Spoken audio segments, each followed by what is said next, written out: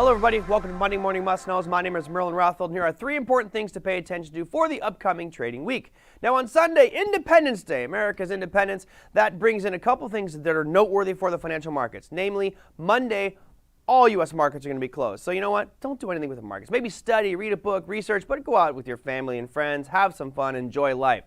What this means for the markets going forward, though, is a very light trading week. Historically, holiday weeks, especially when one day is closed, are very low volume weeks. This creates a lot of extra volatility, and what we end up getting is people generally taking Tuesday off or maybe even Friday from last week off to get that nice long extended weekend and go somewhere because, hey, we're coming out of COVID. Let's celebrate our independence by going somewhere and doing something. So be careful this week. You could have very low liquidity in our financial markets. Now, let's move on to some real pictures and tangible stuff.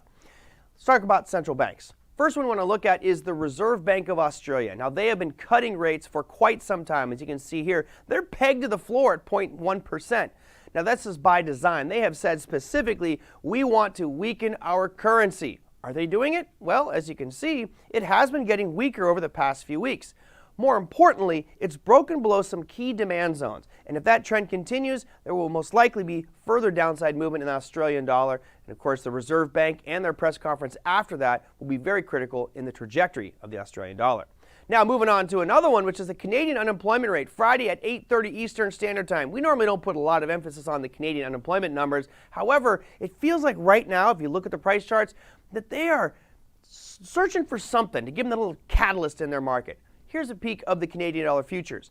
Now, if you look at this, you can see that it has been overall for this chart here on a pretty nice uptrend.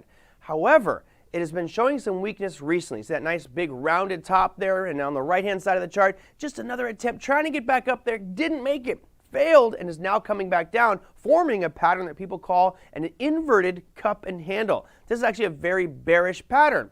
And if we look at the current trends of the Australian dollar and the Canadian dollar, they're both getting weaker. And I don't have a chart of it, but the US dollar is looking really strong right now. So when you have the US dollar really strong, most likely that's going to continue to put pressure southbound on the Canadian dollar as well as the Australian dollar or anything that's traded against the US dollar. That, my friends of the Monday Morning Must Knows. We'll see you next week.